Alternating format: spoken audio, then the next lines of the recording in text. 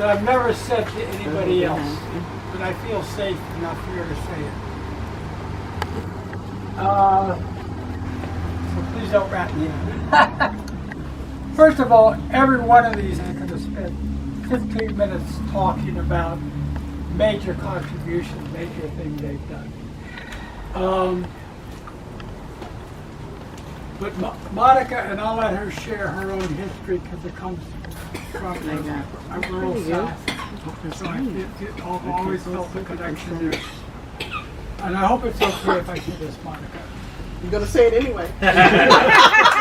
So, she's one of those real leaders in Walker's World. Christine at 40. And quite honestly, it's not always easy because Workers' World is a predominantly white organization. And even though most of us have tried to work on the inherent racism that you can't help but develop because it just so permeates society, education, and everything else. So she's had to like transcend and deal with that. Plus she writes articles related to sports, which is important too. So a lot about the black struggle and other issues too. So I just have to say, like everybody here, it's just been a real inspiration. Oh, thank you, Jim. Anyway, yeah, I'm Monica, and I come from a family of educators. My great-grandfather founded a school in rural Alabama for former enslaved people back in 1893 in Snow Hill, Alabama. He was a protege of Booker T. Washington at the time, and you know, trying to bring people off of the plantation after the Civil War, well, way before the Civil War, after the Civil War. Anyway, and then my mother was a jazz pianist, but also an educator, because she would teach black children in Snow Hill African American culture, especially jazz. And so that's my heritage. And my father was also not only a basketball coach, but he was a physical education major. So anyway, I have this and I was a teacher for 6 years in Norfolk, Virginia as a kindergarten teacher, but left because I was disillusioned by the system, and I thought the kids were getting a raw deal, so I couldn't stand it anymore. So I moved to New Jersey in '81.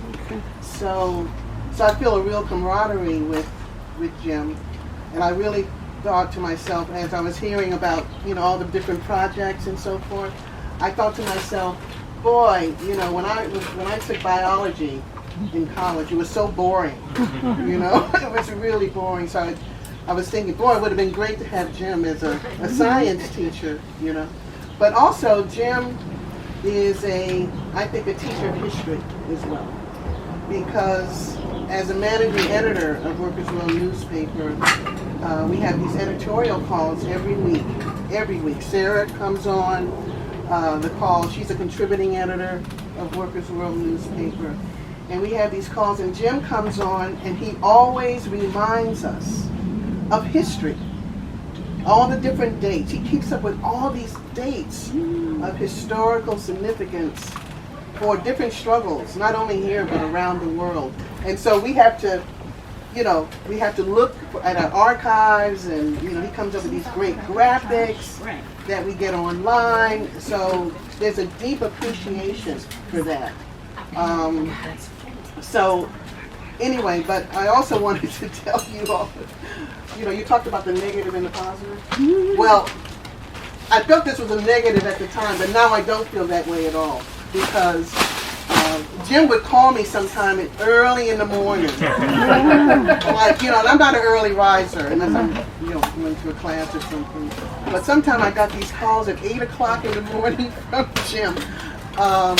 And I thought to myself, he's going to be my human alarm clock. You know? But anyway, he would call, and I really appreciate it now. I may not have been, because I was, you know, half asleep. But he would always call to collaborate. He would always consult about, should we do this, should we do that? And looking back at all of that, I really, really deeply appreciate that collaboration. Thank you. And also he's so attentive. Like sometime when you come on a call, he'll say, "Those are great earrings you're wearing," you know. They are too. But anyway, but he's very attentive in a very political, sensitive way, you know. And so anyway, I just really appreciate all that you do. Thank you. I really do. You're my comrade.